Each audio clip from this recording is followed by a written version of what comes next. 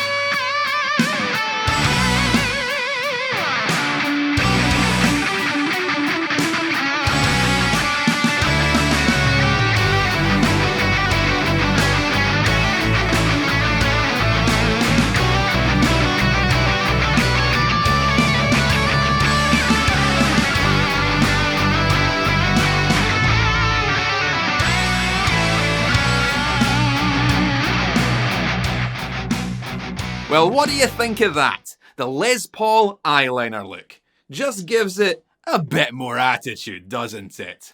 And I know that some of you are going to be crying away in the comments going, well, why didn't he change the knobs as well? Because that would have been a bit too much.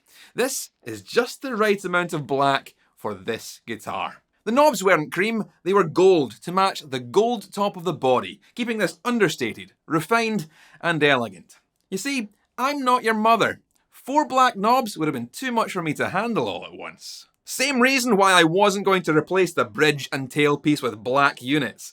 This isn't some edgy teen guitar. I'm trying to keep this looking late 50s classic because that's what this guitar is.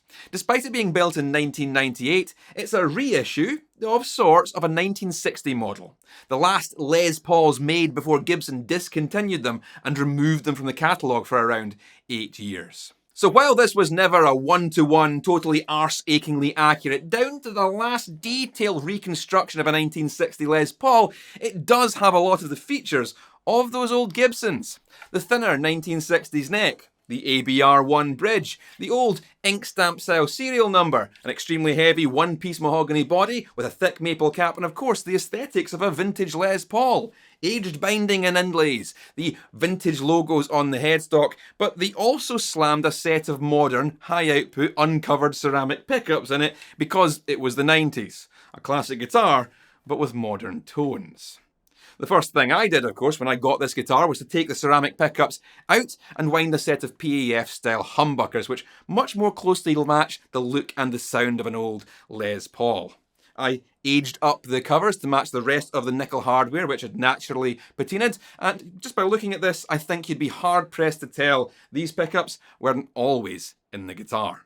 Being from 1998, this has a lot of genuine playwear which was made by the previous owner, and a small amount of wear from its time with me over the last 6 or 7 years.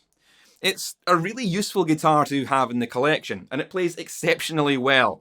That late 90s, early 2000s era was probably the last time that Gibson were making really high quality stuff. This thing will continue to take a beating for decades to come, and will probably outlive me. So you can let me know down below what you think of this new look. Was cream the dream, or was I right to go back to black? Anyway, that's all for now. Keep it loud, and stay safe.